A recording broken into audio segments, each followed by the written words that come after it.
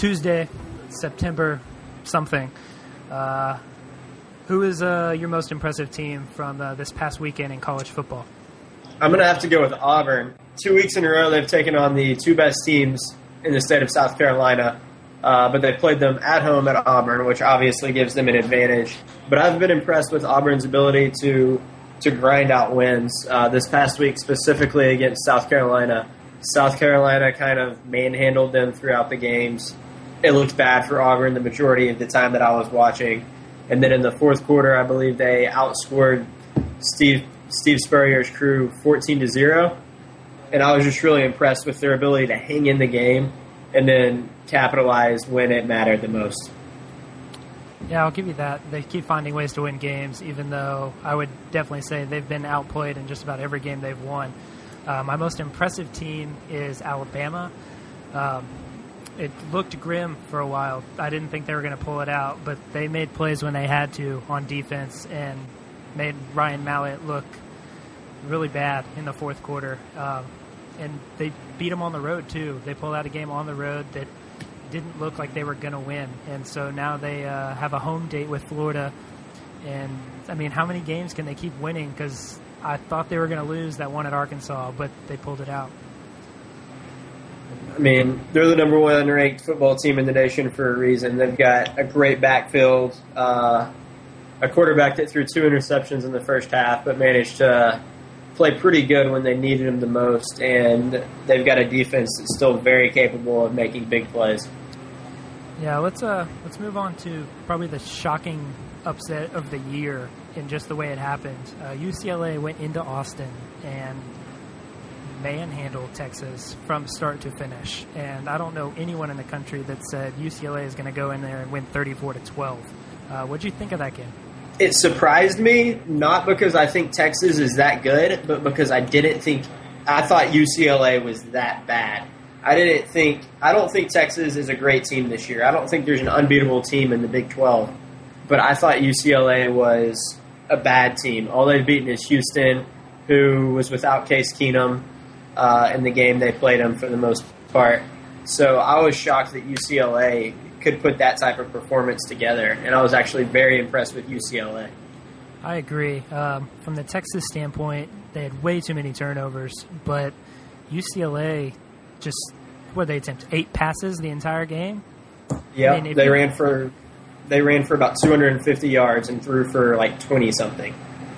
I mean, we talk about, is it Muschamp that's the D coordinator? Yeah. I mean, he's their coach in waiting. He's supposed to be a very good defensive coach, and they can't, at one point, 22 run plays in a row, and we can't do something about that? Hats off to UCLA. They went in with a mindset, and it absolutely destroyed Texas, who was actually number one against the run this year coming into that game. But I was really impressed with UCLA, and I know there's a lot of Texas fans out there, but it could get worse this weekend. Maybe not, but it could be a bad week against Oklahoma if they play like that. Yeah, Texas is going to have to really bounce back, put this one behind them, and come ready for Oklahoma. Oregon State went into Boise and put up a bit of a fight against the Broncos, but in the end, Boise pulled it out. It wasn't really a close game, but they did what they had to do, and that was their last huge hurdle, I would say, until the Nevada game. So we might as well start talking about Boise State being in the national title game. Yeah, they beat Virginia Tech and Oregon State, who are both going to be better in the long run than Nevada will be once they get there. And I think Nevada is a good football team. I haven't gotten to see them play because why would I think to watch Nevada? But they're going to be a good football team. They're, I think, ranked 25th in the nation now. But other than that, Boise State, there's literally no resistance. But good for them. They tried to schedule as tough a schedule as they could. Nobody wants to play a home-and-home with Boise State because there's minimal upside. But if they win, they deserve to be there unless the teams ahead of them in the polls stay undefeated. Right. How good did Kellen Moore look to you? Kellen Moore looked good enough to me that he's definitely one of the front runners for the Heisman in my mind. I mean, obviously there's talks of Denard Robinson among other people, but Kellen Moore has put up great games against very good teams, and I think at the end of the season he's going to be right there at the top of the running for the Heisman. Last game to review, we talked about it a little bit already. Auburn beat South Carolina in a game which I thought they got outplayed again, but all that really matters is the final score, and Cam Newton and all the Auburn Tigers keep finding a way to win games. I love Cam Newton. I'm not an Auburn fan by any means. I'm actually thinking about jumping on the Arkansas bandwagon, but I love Cam Newton. He came from Glenn in College Station and is playing great football. He can beat you with his feet. He can beat you through the air. He manages the game well, and he's exactly what Auburn needs at quarterback. All right, let's move on to some games to pick. Kyle, you were 5-0 last week, bringing your total to 9-2. I did not do as hot. I went 2-3, but I had 4-7, looking to get back to 500. That would be a minor miracle if you make it back to 500 by the end of the season. I hope I can. I hope I'm not that bad. My problem is I don't want to agree with you in every game because I think that's boring, and so I try to go off the page with picks, even though all my picks last week had a shot to win their games except Notre Dame. So I was feeling really good about them, but everyone else just let me down. All that matters is the final score. So true. First game, Florida traveling to Alabama. Alabama ranked number 1. Florida coming off actually a big win against Kentucky, who is considered a better team than they have been. Who do you have in this game? I've got Alabama, and it was never really a question in my head. I've seen Florida play, but the determining factor really comes down to the fact that Florida is going to have to travel to Alabama, and I think the home crowd behind Alabama is what's going to change the game. I think Alabama will win by at least a touchdown. I'm picking Alabama. I'm hoping Florida wins so Alabama's not undefeated anymore, but I just think Alabama's too talented for Florida. Florida really hasn't got it together at quarterback. Brantley hasn't looked that great. Dimps looks good. They're still going to be missing Chris Rainey, and so I just don't think they have the pieces to go into Tuscaloosa and beat Alabama. Yeah, absolutely. I just don't. I think Florida is kind of in the same spot that Texas is in, the fact that they've got a new quarterback coming off of one of the greatest quarterbacks in school history at both places, and that it's going to take more than this season for them to become true national championship contenders again. Second game is a matchup of top 10 teams. Stanford is traveling to Autzen Stadium in Oregon to take on my Ducks. I didn't think about this twice. I have to go with Oregon, and I hope that we kill Stanford for beating us last season. I'm going with Oregon too, and it's partially because your love for the Ducks has worn off on me a little bit. Thank you. So I'm sure you'd be glad to hear that. And I hope Oregon wins. That's the only reason I'm picking them. I think it's going to be a great game.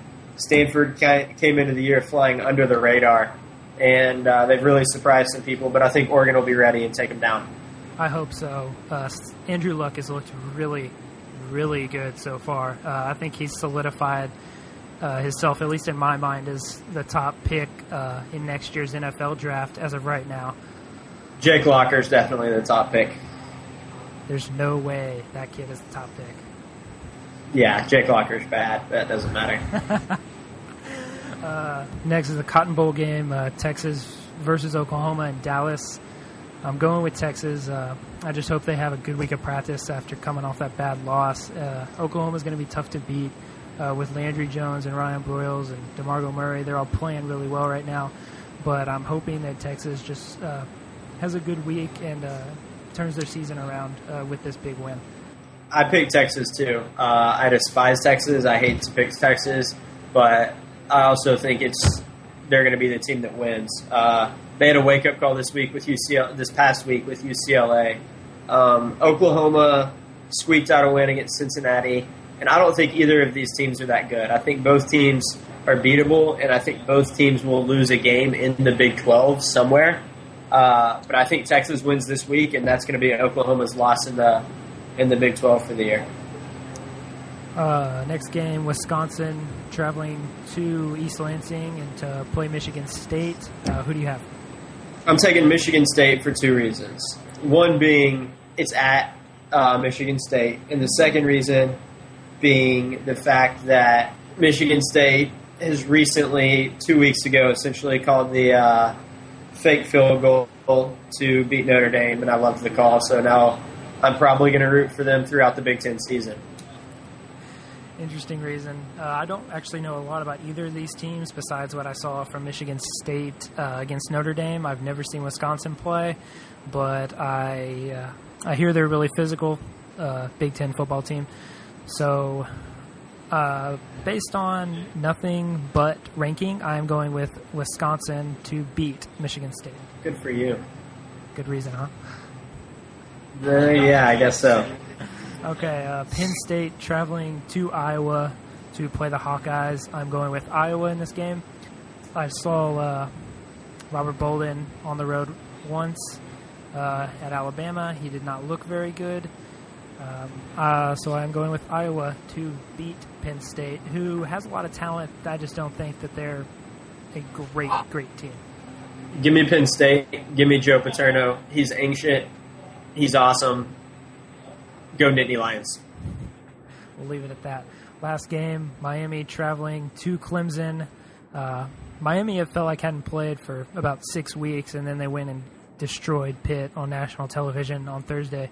So I'm taking Miami off that high to go into Clemson and win. Ja'Cory Harris has looked really good. I see no reason why they can't beat Clemson on the road. Clemson is my second favorite team in the nation, and I think that they're going to be ready for Miami when they come in. I think Ja'Cory Harris might get a little bit rattled. Clemson looks pretty good on the road against Auburn, and that combined with my love for them is enough for me to pick them right now.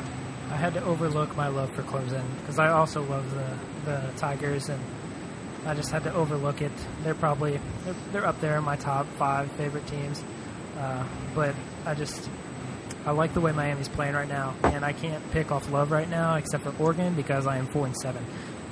It's all about the U. It's all about the U. Yeah, it is. Yeah. Okay. Moving on to the NFL. Guess who was impressive yet again? Sean Hill. That is incorrect.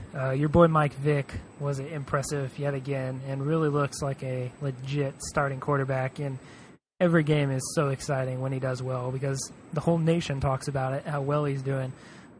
We haven't had a lot of Peyton Manning talk. All the quarterback talk is about Mike Vick right now, and it's good to hear again after about 6 years off. He's definitely the most exciting quarterback in football because he can beat you with his arm. He can beat you with his legs. You never know what dogs he's going to kill next. Is that too soon? No, we got to start pulling those jokes sometime. It's been like 3 years. I love Mike Vick. He put me on his back, got me about 42 fantasy points, and carried me to a victory over Nick Harmon. So when he listens to this, suck on that, Nick. Okay, the Cowboys came into Houston and absolutely destroyed the Texans, and that's about all I have on that.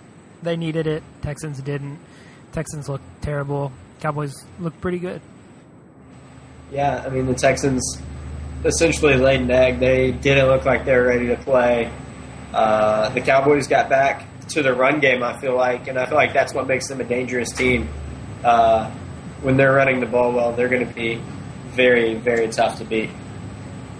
Good news is the Texans now play the Raiders, so we might as well just chalk that up as a 3-1 start without Brian Cushing. Yeah, that's about the only good news you can take out of this past week is that next week is the Raiders. Guess who's still 3-0? The Rams. No, the Chiefs. Chiefs still 3-0. Steelers also 3-0 and Bears 3-0. Who had all those teams at 3-0? Nobody. That's a group of teams I would never have suspected would start the season undefeated, and I don't think anyone else did either. about the most surprising of those three to me is definitely the Chiefs. They're about as surprising as Luke Walton coming in the fourth quarter of a Game 7 in the NBA Finals. But, I mean, good for the Chiefs. They deserve it. I still don't think they'll make the playoffs. The Steelers are scary because they're 3-0 with their quarterback coming back in a couple weeks. And they have a legitimate chance to run the table. And right now in my head, they're my Super Bowl favorites. I would agree with that. The Steelers look absolutely amazing. Their defense is just downright scary right now. Their offense doesn't even have to be good. But, I mean, they're playing really well without Big Ben, and they'll get him back in a few weeks.